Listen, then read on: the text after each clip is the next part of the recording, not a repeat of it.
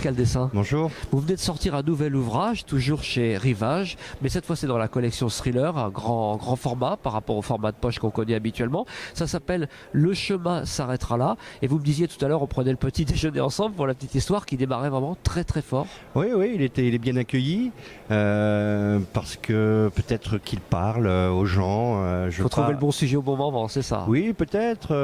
Je parle des petites gens, les abîmés, les cabossés de ce monde dont on parle peu. Vous savez, on se dit que dans ce pays, il n'y a plus de gens qui travaillent, d'ouvriers. On entend parler des ouvriers quand une usine ferme. Et puis elle ferme, on sait que des gens sont mis au chômage et on les oublie. Comme si ils avaient été jetés par le système.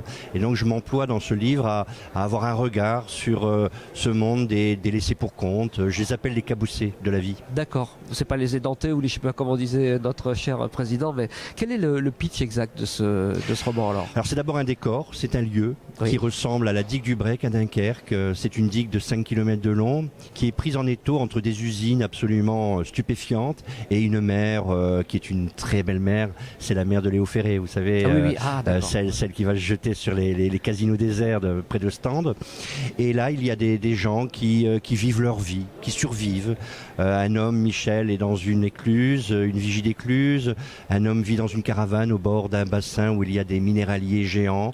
Un autre homme vit dans une maison abandonnée dans les dunes. Ils sont tous un lien.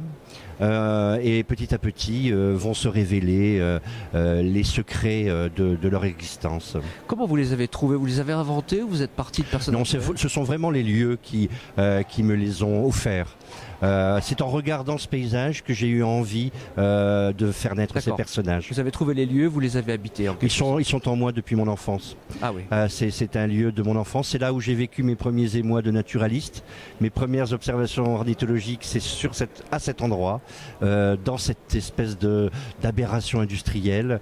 Donc c'est un lieu qui est cher à mon cœur.